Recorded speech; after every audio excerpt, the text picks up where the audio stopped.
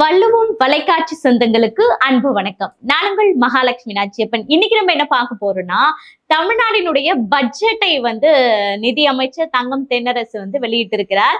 அந்த பட்ஜெட்டினுடைய லட்சணை மாற்றப்பட்டதுக்கே பல எதிர்ப்புகள், சர்ச்சைகள் எல்லாம் கிளம்பியது. இந்த பட்ஜெட்ல பாத்தீங்கன்னா, நாம் தமிழ் கட்சியினுடைய தலைவர் சீமான் அவர்களை காப்பி அடித்திருக்கிறார் அப்படின்னு சொல்லிட்டு என்டிகே வினுடைய தொண்டர்களா இருக்கட்டும், நிர்வாகிகளா இருக்கட்டும், ஆங்காங்கே அந்த எக்ஸ் தளத்துல பூந்து விளையாடுகிறார்கள். அப்படி என்ன விஷயத்த முதல்வர் அவர்கள், நிதியமைச்சர் அவர்கள் காப்பி அடித்து தங்களுடைய திட்டமாக கொண்டு வந்திருக்காங்க, என்ன பட்ஜெட் ஒதுக்கியிருக்காங்க அப்படின்றத பத்தி முழுமையா பார்க்கும்போது உங்களுக்கு நல்லாவே தெரியும் அப்படின்னு நினைக்கிறேன். நேத்து அந்த பட்ஜெட் தாக்கப்பட்டிருக்கு இல்லையா, அதுல பாத்தீங்கன்னா அந்த ரூ அப்படின்னு அந்த சிம்பலை மாத்திருக்காங்க. ஆனா அதை உருவாக்கினதே ஒரு தமிழன் தான் அப்படின்றது நம்ம எல்லாருக்குமே தெரியும்.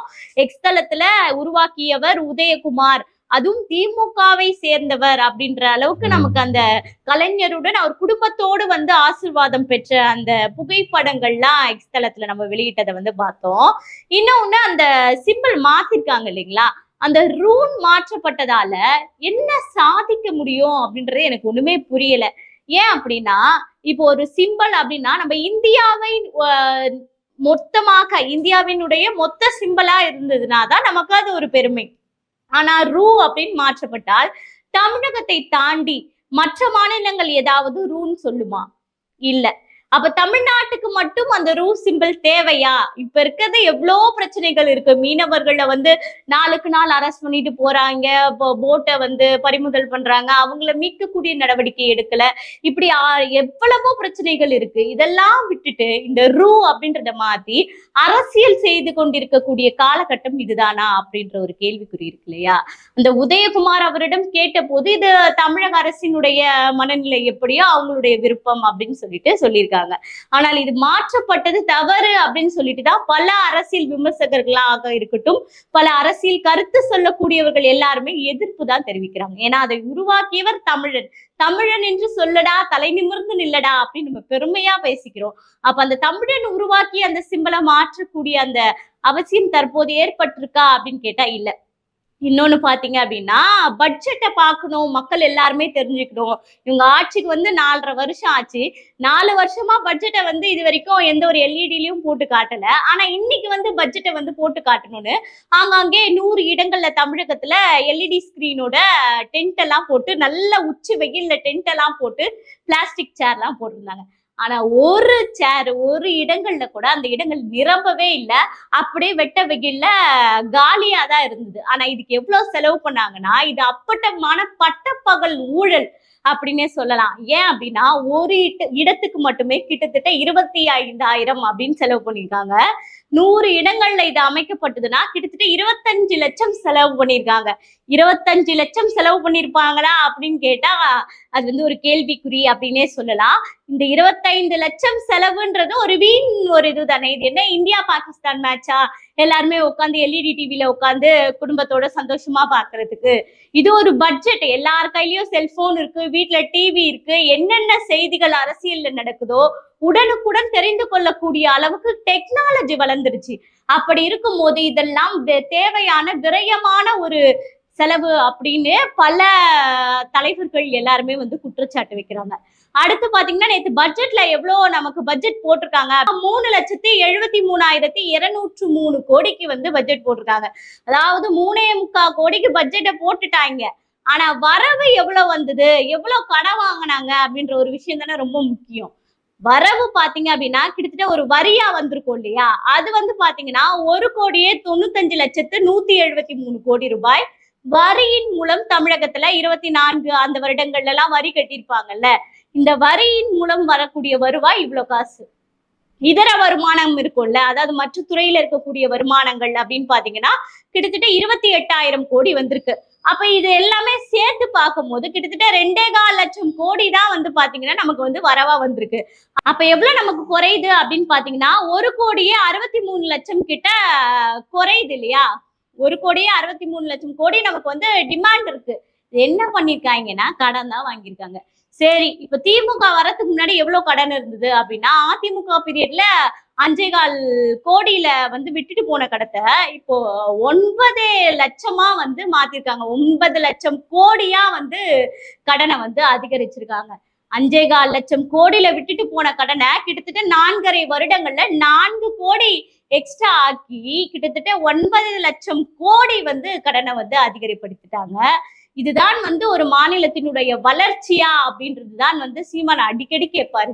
கடன் வாங்குறீங்க, கடன் வாங்கினதால என்னத்தை நீங்க வளர்ந்துட்டீங்க?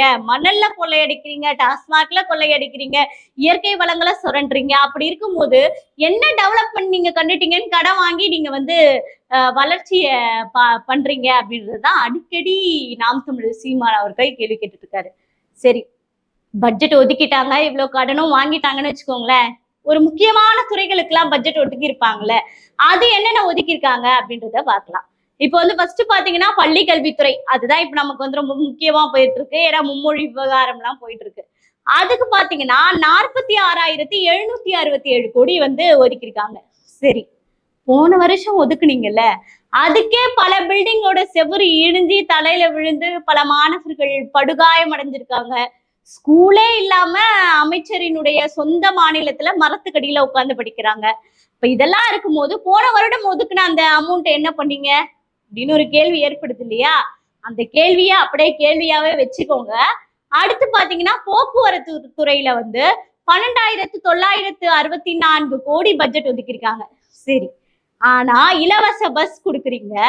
நீங்க என்னைக்கு இலவச பஸ் கொடுத்தீங்களோ, காலவருக்கு ஒரு முறை, அரை மணி நேரத்துக்கு ஒரு முறை வரக்கூடிய பஸ் இப்போ 1 மணி நேரத்துக்கு ஒரு பஸ் தான் வருது. பஸ்ஸ நீங்க வந்து குறைச்சிட்டீங்க இலவசத்தை கொடுத்து. இன்னொன்னு பாத்தீங்கன்னா, மழை பெய்யுது அப்படின்னா நம்ம வந்து கொடை பிடிச்சிட்டு நம்மளை பாதுகாக்கணும் அப்படின்னு நிற்போம். ஆனா ஒரு பஸ்ல போய் ஏறிட்டோன்னு வச்சுக்கோங்க, மழை பெய்யும் போது லைவா நம்ம மேல மழை பெய்யும். அந்த அளவுக்கு வந்து பஸ்ஸுகள்லாம் வந்து பாத்தீங்கன்னா ரொம்ப அருமையான கண்டிஷன்ல இருக்கு. அங்கங்க ஒழுகுது, அதாவது ஓட்டக்கூடிய அந்த நிலையிலே இல்லாத பஸ்ஸுகளுக்கே இவ்வளோ 12,964 கோடி ஒதுக்கியிருக்காங்க. அப்போ போன வருஷம் ஒதுக்குன பட்ஜெட்டை என்ன பண்ணீங்க? 6,000 பஸ் வந்து தேவைப்பட்டிருக்கு. ஆனா போன தடவை பாதிக்கு பாதி கூட வாங்கல அப்படின்ற ஒரு குற்றச்சாட்டுகள்லாம் வந்து பாத்தீங்கன்னா அண்ணா தொழிற்சங்கம் சார்பாக வச்சுட்டு வந்தாங்க. அடுத்து நகர்ப்புற வளர்ச்சிக்கு 26,678 கோடி ஒதுக்கியிருக்காங்க. 26,678 கோடி. ஆனா இன்னைக்கும் பாத்தீங்கன்னா நகர்ப்புறங்கள்ல ஆங்காங்கே வந்து பாத்தீங்கன்னா இலவச கழிப்பிடம் வந்து உருவாக்கியிருக்காங்க இல்லையா? உள்ள போக முடியாது, உள்ள கூட இல்லைங்க, கழிப்பிடம் அங்க இருக்குன்னு வச்சுக்கோங்களேன். ஒரு கிட்டத்தட்ட ஒரு 10 அடி தூரம் நின்னீங்கன்னா கூட நாத்தம் அந்த அளவுக்கு ஹெவியா இருக்கும். அப்ப அதை கிளீன் பண்ணக்கூடிய இதுல கூட கிட்டத்தட்ட ஒரு 100 கோடிக்கு மேல ஊழல் நடந்திருக்கு அப்படின்னு சொல்லிட்டு எதிர்கட்சிகளை சேர்ந்த சிலர்கள்லாம் வந்து குற்றச்சாட்டு வச்சாங்க. அப்போ நகர்ப்புறத்துக்கு இவ்வளவு நீங்க ஒதுக்கி இருக்கீங்க, என்ன டெவலப்மெண்ட் இருக்கு அப்படின்றதுதான் கேள்விக்குறியா இருக்கு. முக்கியமா இந்த பாத்தீங்கன்னா நம்ம முக்கியமா இந்த உரகடம் அந்த சாலைகள் எல்லாம் போகும்போது சாலை எல்லாமே குண்டும் குழியுமா இருக்கு. இதுதான் ஒரு நகர்ப்புற வளர்ச்சியா, இதுதான் ஒரு மேம்பாடா அப்படின்னு கேட்டா அதுவும் ஒரு கேள்விக்குறிதான். இதையும் மனசுலயே வச்சுக்கோங்க. அடுத்து உயர்கல்வித்துறை 8,494 கோடி ஒதுக்கியிருக்காங்க. போன வருஷம் அரசு பள்ளியில பாத்தீங்க அப்படின்னா சேர்க்கை நடைபெற்ற போது கிட்டத்தட்ட 15 நாட்கள்ல 80,000 பேர் வந்து மாணவர்கள் சேர்ந்தாங்க. இந்த வருடம் அதே அரசு பள்ளி சேர்க்கை நடக்கும்போது 15 நாட்கள்ல 40,000 பேர் தான் வந்து மாணவர் சேர்க்கை அரசு பள்ளியில நடந்திருக்கு. அப்ப எந்த அளவுக்கு உங்களுடைய கல்வி தரம் இருக்கு அப்படின்றத முதல்ல பாருங்க. கல்வி தரம் எந்த அளவுக்கு சீர்கெட்டு இருந்தா பாதிக்கு பாதியா அரசு பள்ளியினுடைய அந்த சேர்க்கை அப்படின்றது குறையும். கிட்டத்தட்ட 56 லட்சம் பேர் வந்து தனியார்ல படிக்கிறாங்க அப்படின்னா இருக்கக்கூடிய மாணவர்களை காப்பாற்றக்கூடிய நிலைமையாவது அரசு பள்ளிக்கு இருக்கணும்ல. நிதிகள் ஒதுக்கப்படுது, ஆனால் நிதிகள் தகுதியான முறையில் செலவிடப்படுதா அப்படின்றதுதான் வந்து மிகப்பெரிய ஒரு குற்றச்சாட்டா இருக்கு. அடுத்து நீர்வளத்துறை. நீர்வளத்துறை நமக்கு ரொம்ப ரொம்ப இம்பார்ட்டன்ட். ஏன்னா மழை காலங்கள்லாம் வந்துடுச்சுன்னா நம்ம எல்லாருமே போட்ல போற தயாராயிடுறோம் இல்லையா? அதனால நீர்வளத்துறையினுடைய அமௌண்ட் வந்து ரொம்ப முக்கியம். அது வந்து பாத்தீங்கன்னா 9,460 கோடி ஒதுக்கியிருக்காங்க. ஏற்கனவே ஃபர்ஸ்ட் ஏர் ஷோ பார்த்தோம். அடுத்து மழைக்கு வந்து பாத்தீங்கன்னா கடந்த 2 நாட்கள் மழைக்கே வந்து பாத்தீங்கன்னா போட் ஷோ காட்டினாங்க. இந்த தடவை என்ன ஷோ காட்ட போறாங்கன்னு தெரியல. ஆக்சுவலா இந்த தடவை எல்லாமே தர்மாகோல் எல்லாம் வாங்கி அதுல மிதந்துட்டு போவோமா என்னன்னு தெரியல. நகரமே இருக்கா, சிட்டியே இருக்குமான்னு கூட தெரியல. இப்ப வரக்கூடிய மழைகள் அதெல்லாம் பொறுத்த வரைக்கும். போன தடவை 4000 கோடி மழைநீர் வடிகால் பணிக்கு ஒதுக்குனாங்க இல்லையா? ஆனா மழை பெய்யும் போது அமைச்சரா இருக்கட்டும், துணை அமைச்சர்களா இருக்கட்டும், எல்லாருமே வந்து இருக்கக்கூடிய ஆறுகள், ஏரிகள் எல்லாத்தையும் எட்டி எட்டி பாக்குறாங்க, தண்ணி போகுதா அப்படின்னுட்டு. ஆனா ஒரு ஆறு, ஏரி, குளம் எதுவுமே வந்து தூர்வாரப்படல, கால்வாய்கள் அடைப்பு எடுக்கப்படல, நீர்கள் தகுந்த முறையில சேமிக்கப்படல அப்படின்றதுதான் வந்து மிகப்பெரிய வந்து ஒரு கவலைக்கான ஒரு விஷயமா இருக்கு. சரி, இந்த எல்இடி ஸ்கிரீன் போட்டாங்களா, இப்ப நம்ம முக்கியமான இந்த பட்ஜெட் பத்தின விஷயங்கள்லாம் பார்த்துட்டோம். இப்ப அடுத்த கேள்வி என்ன அப்படின்னு பாத்தீங்கன்னா, இவ்வளவு பட்ஜெட்லாம் தாக்கல் பண்ணிருக்கீங்கல்ல, இதற்கு முன்னாடி தாக்கல் பண்ண பட்ஜெட்டினுடைய வெள்ளை அறிக்கையை வெளியிட திமுக தயாரா இருக்கா அப்படின்றதுதான் எதிர்கட்சிகளினுடைய கேள்வியா இருக்கு. இதற்கு திமுக என்ன பதில் சொல்ல போகுது அப்படின்றத நம்ம பொறுத்துதான் இருக்கணும். இப்ப நம்ம ஒரு இன்ட்ரெஸ்டிங்கான விஷயத்துக்கு போலாம். பட்ஜெட்டுக்காக எல்இடி ஸ்கிரீன் வச்சு அங்கங்க வச்சாங்க இல்லையா? அதுல கோயம்புத்தூர்ல பாத்தீங்கன்னா சீமான் அவரினுடைய ஸ்பீச்சை போட்டு ஒரு 10 பேர் நின்று அந்த ஸ்கிரீனை வேடிக்கை பார்க்கிறாங்க.